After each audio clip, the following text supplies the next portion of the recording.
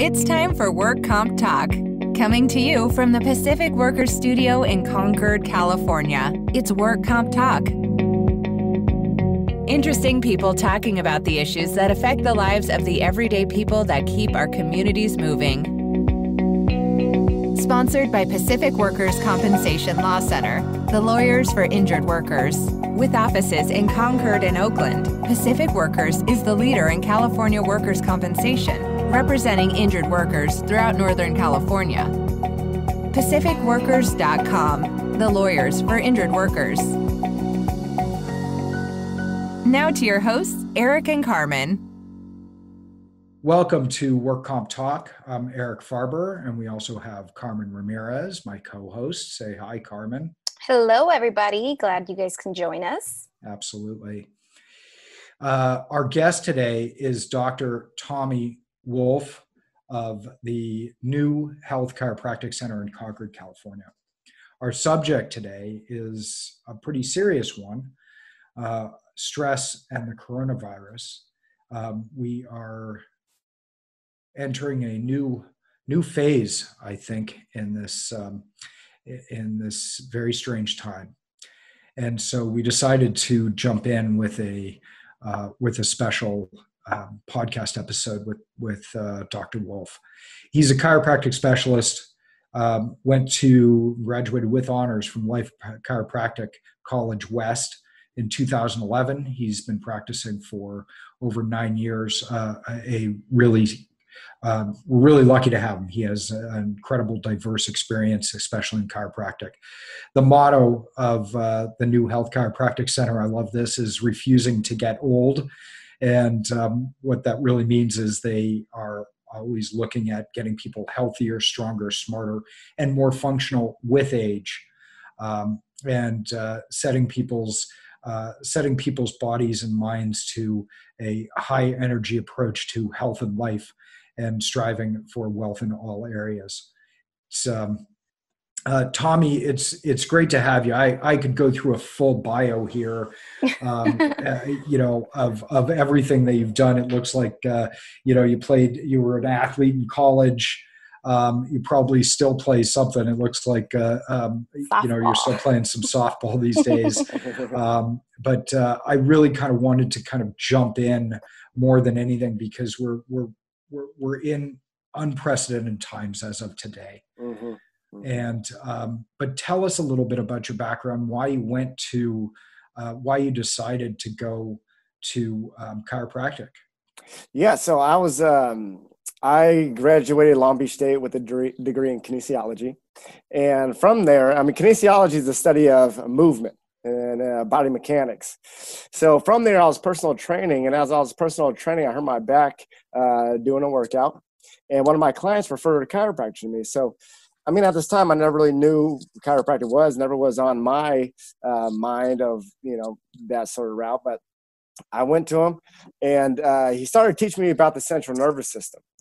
And when he started teaching me about the central nervous system, I was like, man, if you got a nerve problem, you got a bad problem. And I didn't know that chiropractors were focused on the central nervous system, so it really turned me on to it. And then I had a degree in kinesiology, so to get into chiropractic college, I've had already a majority of those classes. So all I needed was a physics class and 2 organic chemistry classes, and I could get into the school. And then through school, it was 40 hours a week of school, and that's just the schooling part. Then you got the studying, the testing, and all that stuff. And then as I graduated, I worked for some awesome docs, one in the Chicago area, another one in the Orlando, Florida area. And finally got the opportunity to open up my own spot here in the Concord area. And then from there, it's been a wellness approach. We have a very cool way of assessing the spine and the nervous system, where we actually measure the different types of nerves. There's 3 types of nerves. One is the sensory nerves that tell us, if you damage the sensory nerve, then you get pain, numbness, tingling, itching, burning. Then there's the motor nerves, and motor nerves control the muscles. So if the damage a motor nerve, it could be muscle spasms, tight muscles, even paralysis. Third type of nerve is the autonomic nerves. Those ones that control the organs, glands, blood vessels. So like the biochemistry of the body, your immune system, which is very important right now. but your digestive system, reproductive, all those things are controlled by the autonomic nervous system. And we now have a way of measuring that. And how our approach is in the office is we get the measurement of the central nervous system. We also have digital x-rays to actually see the spine. And then as we do our chiropractic adjustments and spinal therapies, we reassess, see how the impact is on the central nervous system. And then we guide them through different stressors that are in the environment that also impact the nervous system. And then as we go through the program, not only are they improving their spine, improving their nervous system, but they're also improving their lifestyle. And when you begin to make that wellness shift, that's when you really see the miracles of health and well-being, and really the powers of the body and its ability to heal. And I'm very excited to come on and speak right now, because we're hearing a lot of stuff about the coronavirus, and there's so much unknowns. So yes. I am not an expert in coronavirus, right? So I'm not going to, give a bunch of information about that I don't really know about, but I do know health and wellness. And what we do know about health and wellness is that a strong body, a strong immune system, a strong nervous system is the best defense against any sort of virus that's out there. Absolutely. Yeah. So my goal is to help your viewers, to give them some insights on things they can do right now and control what they control, so we can all make it through this unknown time. Yeah. So let's kind of break that down a little bit, because this is, I don't think a lot of people outside the medical industry really know a lot about the coronavirus, and we're just learning. We're on March 20th.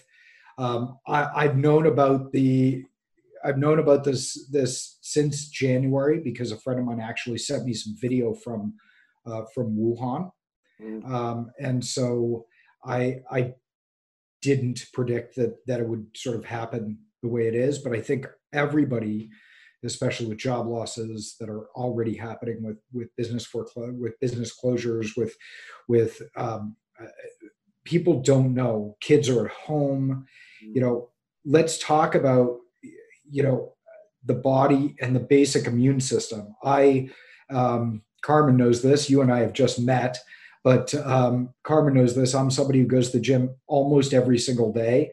I haven't been now in 7 days since our gym said no more. But I try to practice the Wim Hof method, breathing method. I'm not sure how familiar you are of that.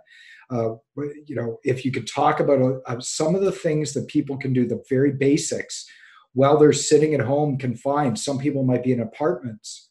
Some people might be in houses. I have a very small house, but we do have a backyard. We do have a front yard. Talk to us about some of the things that people can do, from just getting some sunshine and vitamin D into your body to, how meditation, these various things. Oh, absolutely. Well, I think a good starting point is for people to recognize and understand stress and how it affects the body. Because when we understand how stress actually affects the body, then it really comes full circle on what we can do to actually help improve stress and actually add positive stress to the body. Because when we talk about stress, typically we think about emotional stress, right? We don't know what's going to happen with the virus. We don't know how long it's going to take, and all these emotional things. Right now, our schedules are off, our routines are off, and we think about the emotional aspect. But in reality, there's 3 types of stress that every one of us needs to be aware of. 1 is emotional, 2 is chemical stress, and 3 is physical stress. So if we just focus only on our emotional stress, but we don't do anything for the chemical or physical stress, then we can still get a health issue, even though we're doing everything for our emotions. So our chemical stress includes anything we put in or on our body. If it's not a nutrient, it weakens our system. So what are some of the things that people can think about as far as the nutrients? What nutrients should they be getting in right now? Well, right now you want to eat as many nutrient-dense foods as possible. You want to eat whole foods, organic foods, all as possible. All things that can provide full amount of nutrients. And then for the nutrients you can't get, you want to supplement the vitamin C, the magnesium, the zinc. There's activated charcoal. There's so many supplements that'll help boost the immune system that you could take. But what you want to make sure is that you're not eating all the artificial foods. Which is funny you say that, because with all the hoarding that happened in the grocery stores, I mean, everyone took everything off the shelves, and it's kind of like that's probably all they have at their house right now. Artificial foods. Now, I'll admit, I grabbed, I cannot tell you the last time I grabbed a Snickers, Twix, and Kit Kats, but I thought, if I'm going to be home for 3 weeks, we're going to want some. Right. And I'll admit it, I grabbed them. And that's something, Carmen can attest to this. Never touch the stuff. Nope. Right? Yeah. He's so against it. Yeah, this whole situation is changing so much of our normal habits. Yeah. And some of us are just preparing for the long run. The foods, the top ramens, the things that are going to create so much shelf life just to have that protection. Mm-hmm. And, from what I've heard about the virus is that it can't survive above 80 degrees. So when it does get warm, we're going to notice a big decline in it. So, I mean, a month, 2 months, I'm predicting, I'm not an expert on it, but just on that fact. But you got to eat the produce. You still got to provide your body with the proper nutrients it needs to survive. So here's what I understand about that is most viruses don't spread in summers when there is heat, but we are in summer in Australia and they are still dealing with the virus. We are in summer in various areas in the world and it is still dealing. Our immune systems are better during warm weather than they are cold weather. Mm-hmm. But it does sunlight because UV will kill viruses. Mm-hmm. And that's why we see viruses less in the summertime, but it doesn't mean it'll go away. Right. Completely. Yeah. Yeah. And just another unknown, right? Something else to stress about. Right.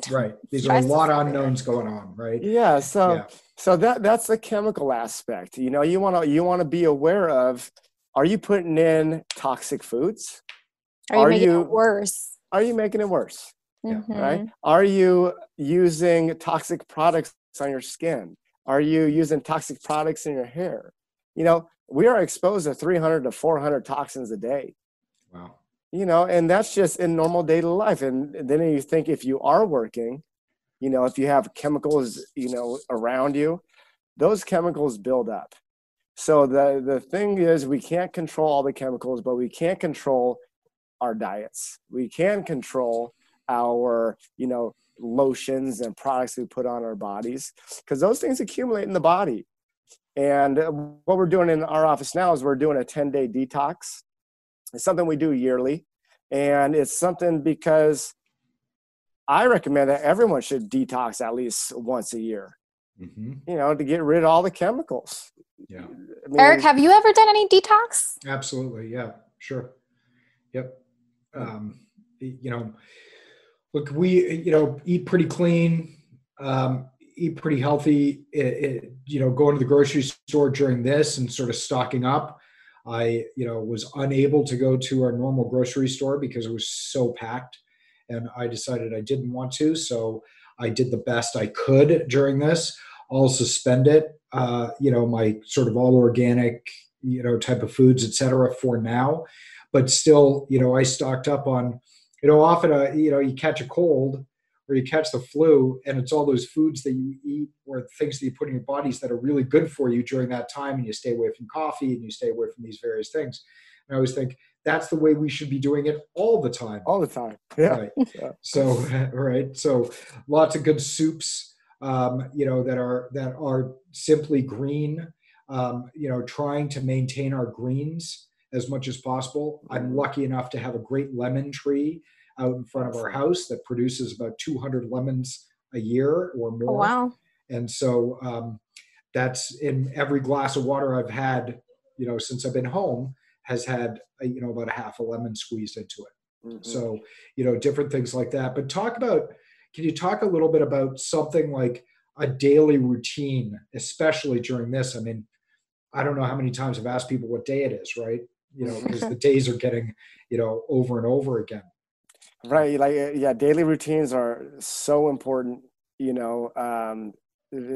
your workouts. I mean, everyone has their own routine. You could be a morning person. You could be a later morning person. I mean, now with the kids home, everything is changing. So like, things you got to keep the right nutrients, it's hot out or it's cold outside. So drinking warm to hot water more consistently, because the body, when it gets cold, it gets weaker and there's less sunlight. So there's less vitamin D production in the body.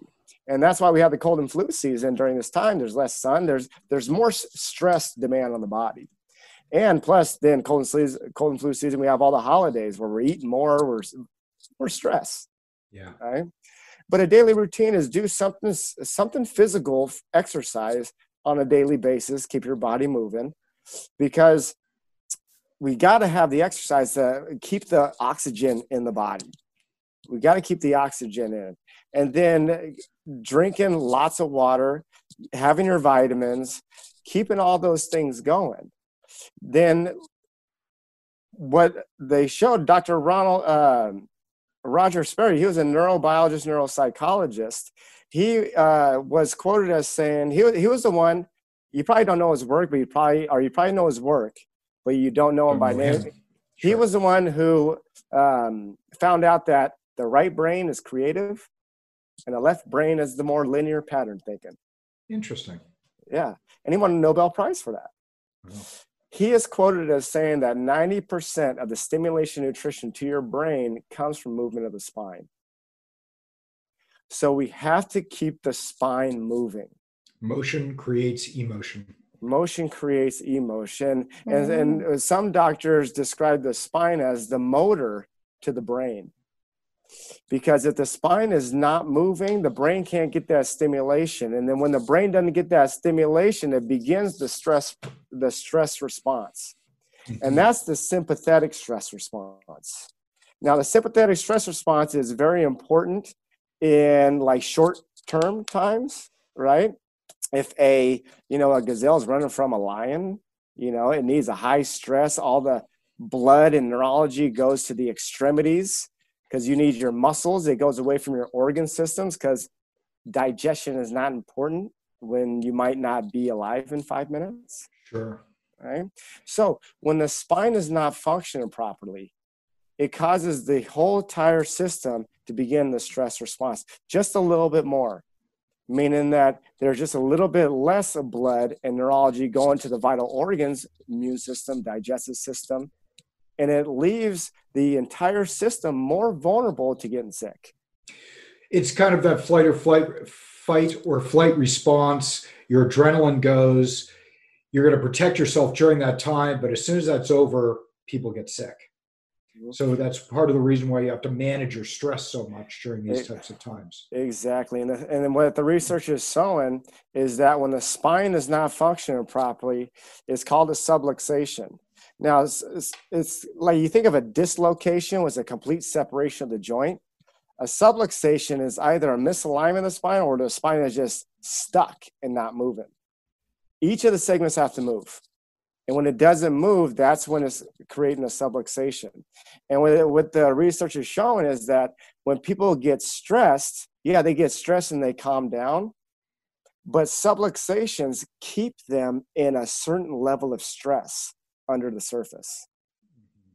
And when that stress is there for a longer period of time, the threshold for stress, meaning the amount of stress that you can handle, becomes less. And what that is expressed as is on emotional level, like someone, bumps into you, you just blow up at them. Because you're already holding all that stress from your body and stuff. Exactly, Carmen. Your body's so much under so much stress already due to that. So I know we're talking about the adult and how we're going through this, but as a mom myself, I have 3 kids at home. They're used to being out at school playing. They do their PE time. I mean, they do tons of activities at school. how much more does this even affect them, being the fact that they're isolated at home, and kids, I mean, we all know, love to run. How much more is that harder on the kids, and what can we do to help the kids out? Do we let them out, run loose in the backyard? Like, Well, I should we mean, do exercises with them? I mean, the human body needs motion and movement and play, especially for the kids. And they need that stimulus. Is so important for the neurological development of the brain, physical activity, because upwards to 40 to 45% of the nervous system is the motor nervous system dealing with activity. So it has to be stimulated. They have to move around. They have to be stimulated. They need the social aspect to also develop the nervous system.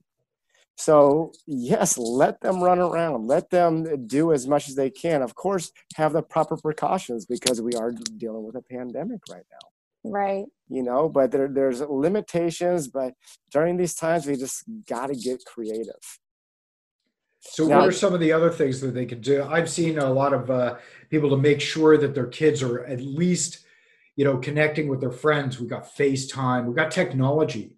I mean, this is a whole lot different than, a different time in our lives, a different time in the world than ever before, right? We can at least be connected via these video chats and things like that, right? Mm-hmm, mm-hmm. Yeah, and we see a bunch of kids under care here in our office, because I mean, 1 in 6 kids now, according to the CDC, has a neurological developmental or is developmentally disabled. 1 out of 6. Wow. And that's, to me, that's a lot. That is a lot. And we've seen huge turnarounds from our kids in our office, from digestive problems, breathing issues. We have some kids with ADHD. We've seen the kids with autism get like really tremendous turnarounds. And because what we're doing is we're working with the nervous system.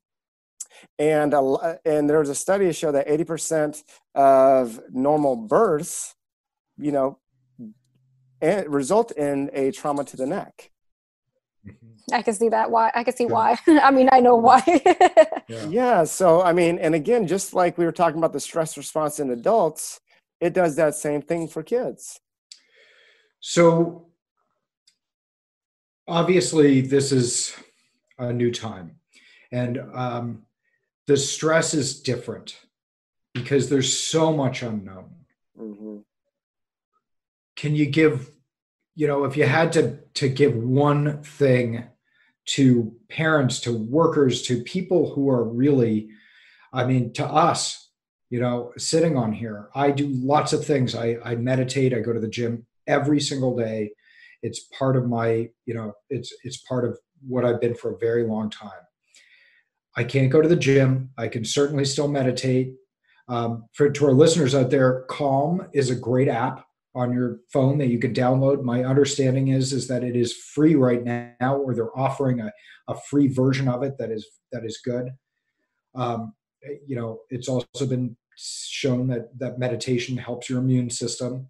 And what we're really talking about here, folks, is stress because of the coronavirus, and how that's going to affect your immune system, because we want you to stay healthy regardless of what you're going through. If there's one thing that life is, it's change. Well, this change is happening to us collectively, right? It's not like there's going to be 20, 30, 40% of people are going to temporarily lose their jobs in this public health crisis. Mm-hmm. And I do think it's going to be temporary, but that is still an enormous amount of stress and an enormous amount of unknown.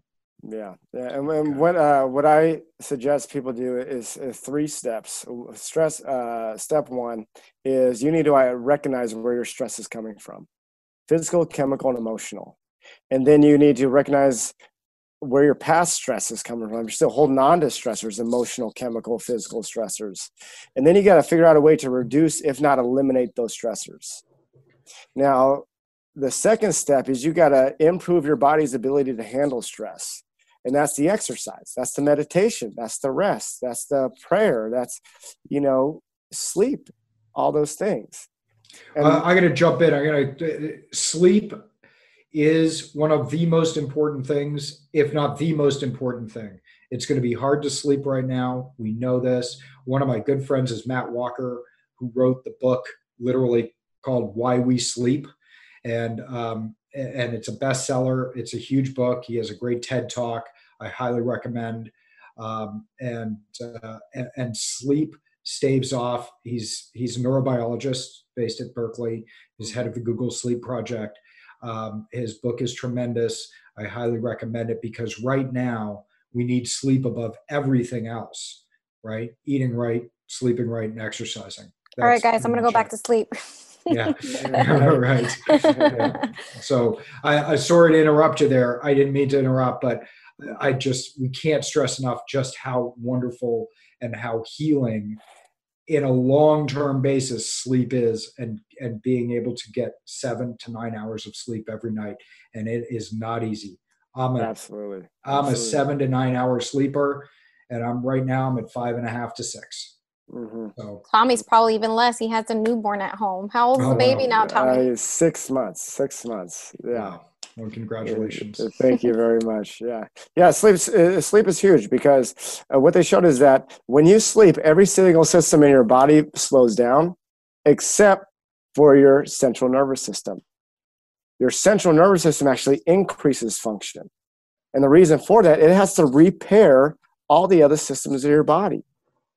And the spine itself is allowing the nervous system to function at its optimal best if the spine is working at its best. If the spine has dysfunction, then that causes dysfunction with the nervous system, which doesn't allow the nervous system to relax enough to get quality deep sleep because of that stressful state. So the third step is to have your nervous system evaluated. And that's what we do here in our office. We measure the nervous system because what the research has shown is that this sort of stressful time, it creates unhealthy neurological patterns within your system. And these unhealthy neurological patterns can become an imprint into the nervous system even after the pandemic is gone. Right. It's something that's probably going to affect us in the long run, and eventually we're going to hold on to that stress. Yeah. We know, Dr. Wolf, you're still open. Where can people find you? How can people get a hold of you if they just can't get a hold of their stress? Yeah. So we're located in Concord, California, and we're right off Willow Pass Road, or 1849 Willow Pass. We're on the top floor, the fourth floor. Our phone number is 925-566-8881. Our website is The New Health CC, as in Chiropractic Center, .com. So The New Health CC. And yeah, we're blessed to be able to stay open and continue to help our patients and still serve our community as best as we can. Listen, I really want to thank you for joining us in a really rough time. Yeah. And hopefully you and your staff have plenty of hand sanitizer. I probably got a couple bottles of vodka here if you need that instead. Won't use it for the hands. Right. Okay. But stay healthy. To all your patients, to all our listeners, stay healthy. We had our first episode with Otis Landerholm. Then we were going to jump right in with Eric Toscano, which and in between we've had 2 coronavirus special episodes. Right. In the middle here. So we do have Eric Toscano coming up for our 4th podcast. Tommy, I really want to thank you very much, and thank you once again. For people to get a hold of you that aren't just in the Bay Area that might have questions, you do telehealth. Are you planning on switching to a telehealth? Things we're like actually, that to help. Yeah, you know what? I'm in the progress of creating a webinar on this sort of topic of the stress that's related to the coronavirus, and all the information that we go more in depth to kind of what we talked about today. But I can get you that information once I create that. That should be done this weekend. That's Perfect. We can fantastic. share on our social media. For those of you guys that follow us on Facebook, we are Work Comp Talk, or you can also visit us at workcomptalk.net. Definitely share this podcast with others. Let them know about this information and subscribe in any type of platform you like to listen to podcasts. I'm pretty sure you can find us there. Thanks for listening to Work Comp Talk. This is Carmen Ramirez, co-host and producer of Work Comp Talk. And our next guest is going to be Eric Toscano. Hopefully this time we will get Eric Toscano on. I promise you guys. This is the principal attorney for the Tenant Law Group here in San Francisco, California. He'll be talking about issues relating to the intersection of work comp and landlord-tenant. And if you have any questions you want to ask Eric or want to connect with us, simply send an email to connect@workcomptalk.net or visit us at workcomptalk.net. We want to thank our sponsors, Pacific Workers Compensation Law Center, the lawyers for injured workers. Pacific Workers is the leader in California applicant workers' compensation, representing injured workers in their fight for justice against the insurance companies. You can find them on the web at www.pacificworkers.com. I'm Carmen Ramirez. Thanks for listening.